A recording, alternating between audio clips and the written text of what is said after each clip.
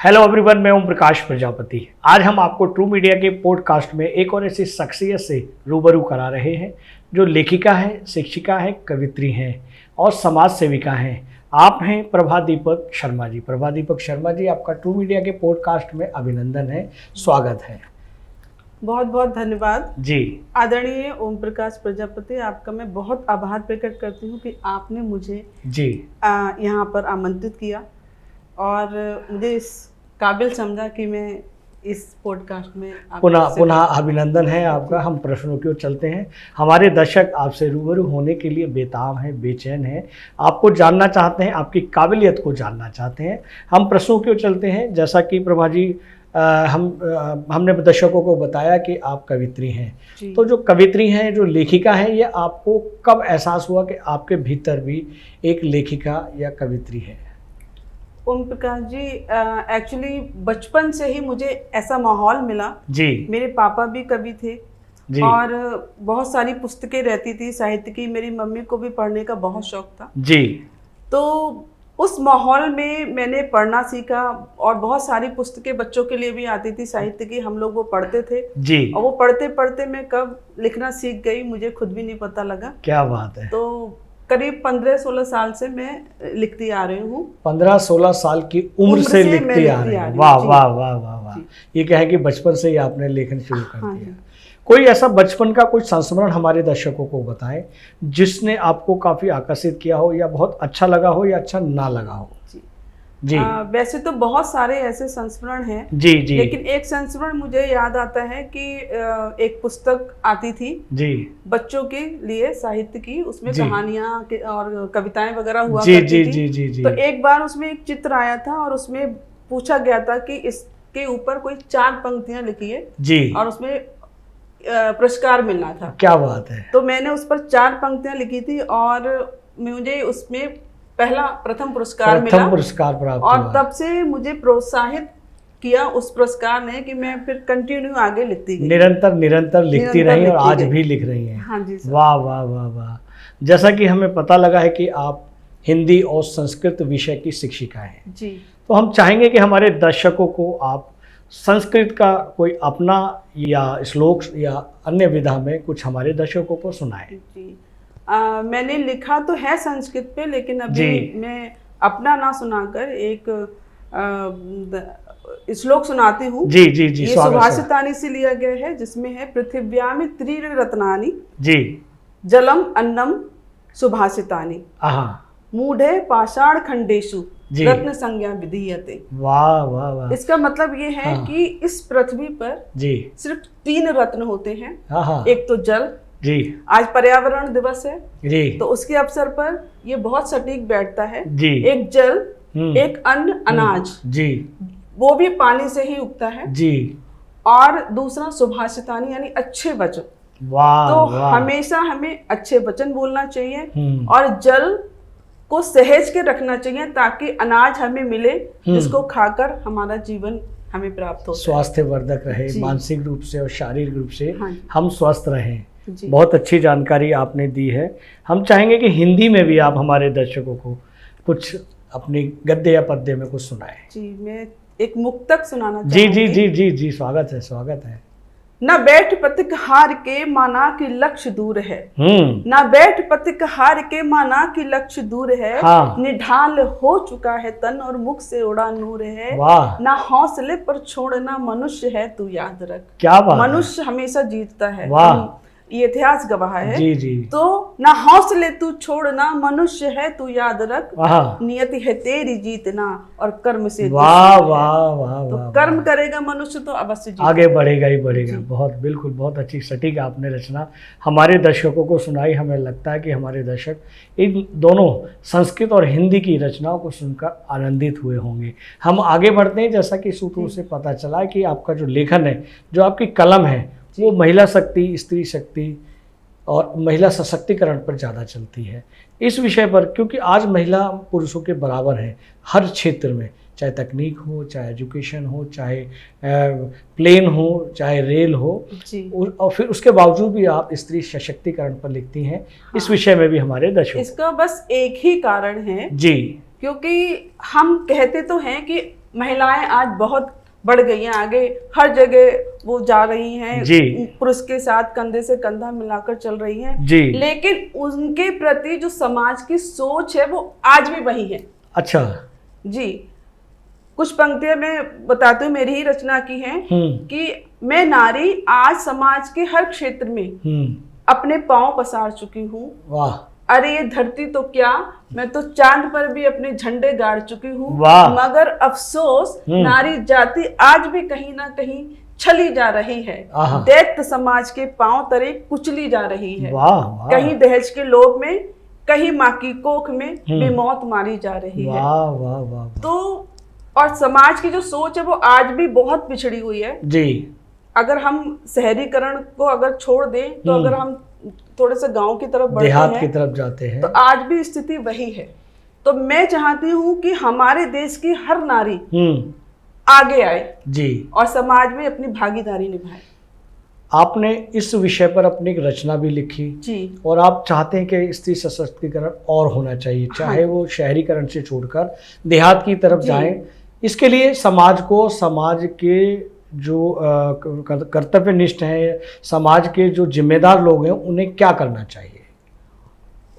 देखिए, मैंने बहुत लोगों को सुना है, लोग बोलते तो है कि हमें समाज के लिए ये करना चाहिए, नारी को हमें आगे बढ़ाना चाहिए, हमें उसको प्रोत्साहित करना चाहिए, लेकिन मैंने बहुत देखा है कि घर में उनकी स्थिति अलग होती है।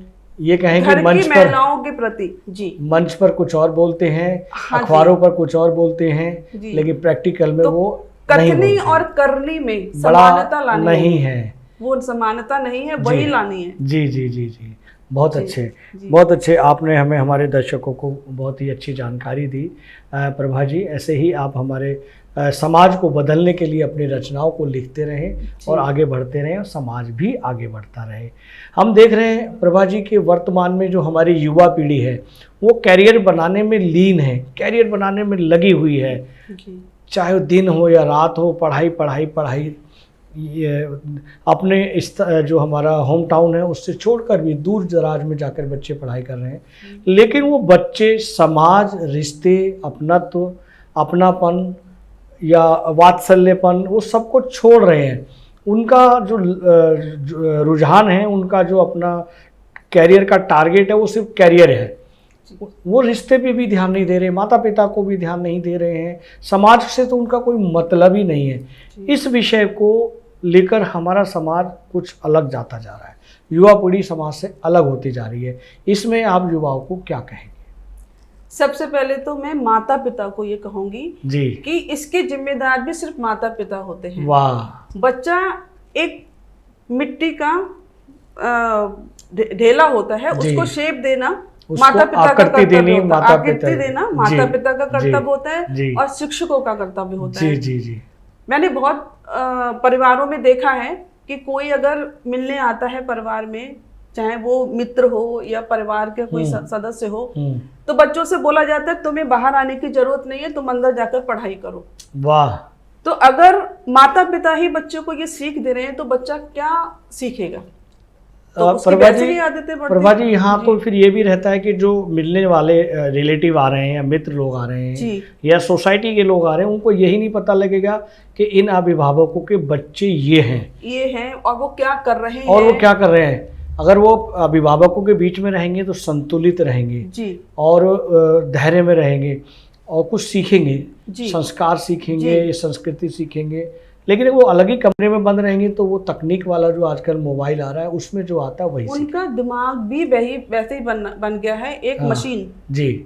उनमें भाव नहीं है जी, उनमें भावनाएं नहीं हैं जी। तो माता पिता को ये चाहिए कि अपने बच्चों में ये हमारे जो संस्कार जो हमारे बच्चे छोड़ते जा रहे हैं उनको विकसित करना चाहिए जी। ठीक है, आप पढ़ाई करा रहे हैं बच्चे को, आप उसको बोलिए कि थोड़ी देर रुक कर जो आए हैं हमारे घर गेस्ट, उनके बैठिए, आशीर्वाद ले, उनके साथ बैठकर 2-4 बातें करें, उसके बाद भी वो पढ़ाई कर सकता है। बिल्कुल बिल्कुल, है ना। हमने भी तो पढ़ाई की है ना, हमारे माँ बाप ने भी तो ऐसे ही सिखाया था हमें। जी, तो हम अपने बच्चों को क्यों नहीं सिखा रहे हैं? बिल्कुल बिल्कुल। तो हमारे बच्चे इसीलिए परिवार से कटते जा रहे हैं, उन्हें सिर्फ पढ़ाई और अपना कैरियर दिखता है जी। प्रभा जी अब आगे चलते हैं। जैसा कि हमने दर्शकों को बताया कि आप एक शिक्षिका हैं और कई हजार छात्र छात्राओं को आपने पढ़ाया है।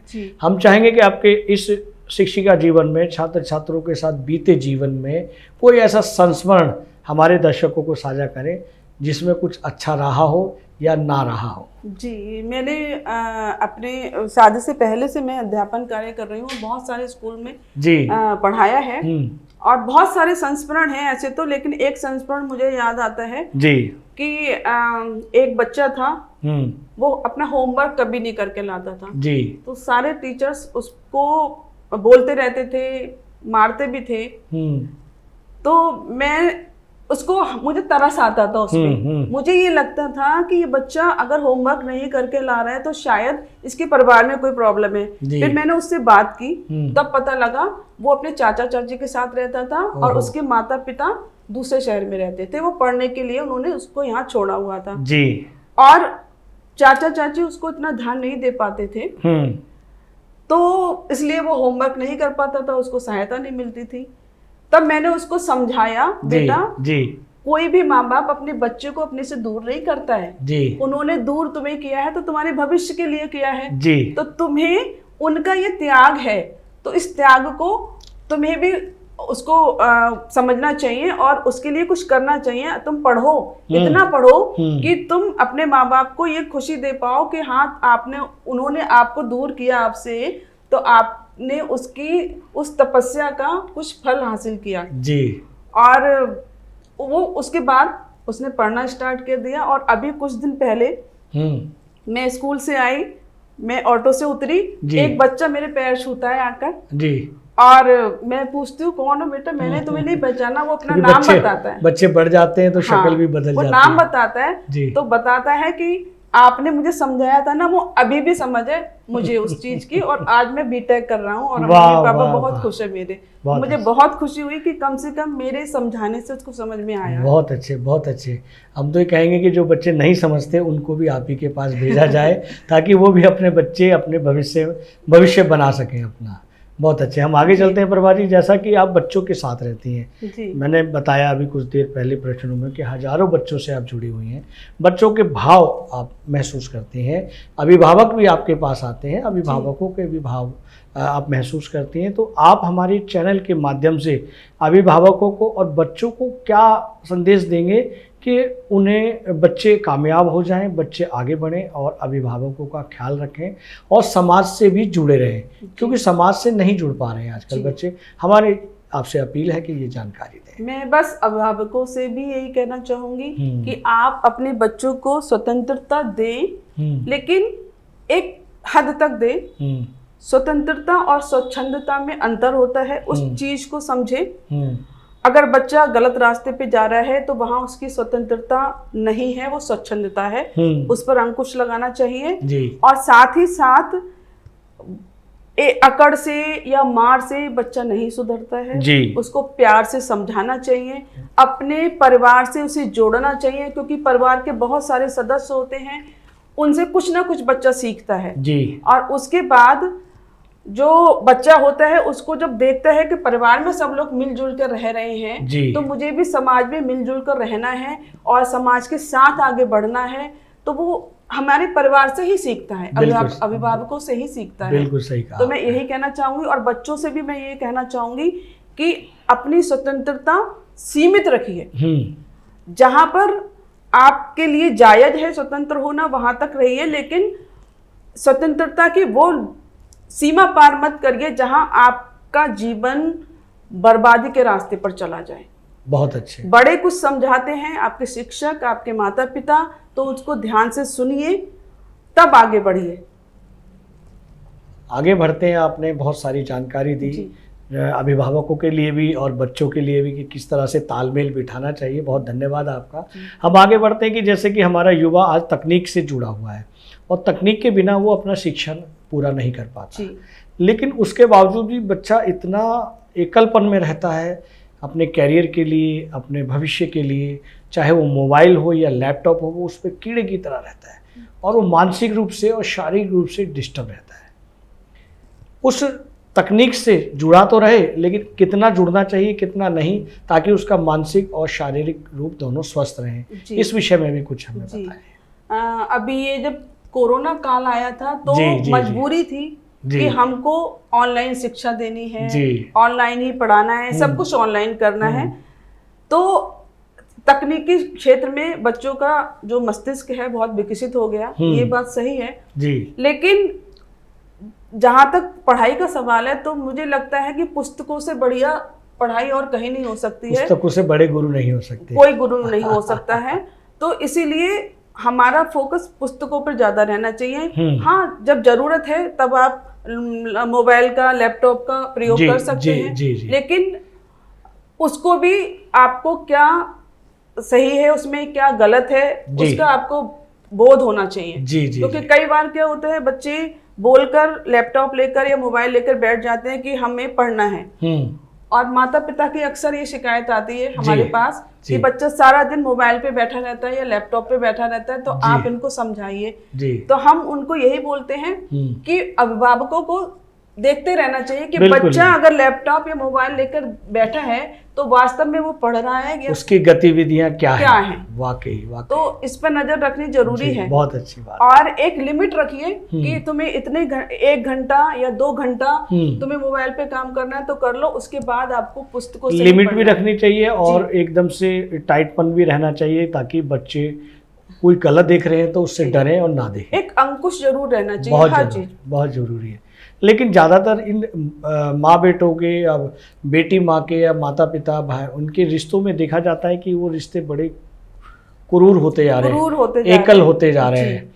तो आप महसूस करते हैं, क्योंकि आप घर भी है, परिवार भी है, माँ भी हैं, पत्नी भी हैं और शिक्षिका भी हैं, तो चलते चलते हम ये आपसे जानना चाहेंगे कि वो जो एक तालमेल है अभिभावकों का, बच्चों का, रिश्तों का, पढ़ाई का, तकनीक का, तो वो किस तरह से टाई अप करें ताकि बच्चा अपने पैरों पर ठीक प्रकार से स्वस्थ दिशा में जा सके और भविष्य में अपने जो भी उसके भाव हैं या वो जो दृष्टि है या जो उसका अपना लक्ष्य है वो प्राप्त कर सके। उस बारे में हमारे बताएं। मैं फिर यही कहना चाहूंगी कि तकनीक सीखना अच्छी बात है, ज्ञान कोई भी हो वो कभी भी व्यर्थ नहीं जाता है। ज्ञान होना अलग बात है और उसका दुरुपयोग करना अलग बात है।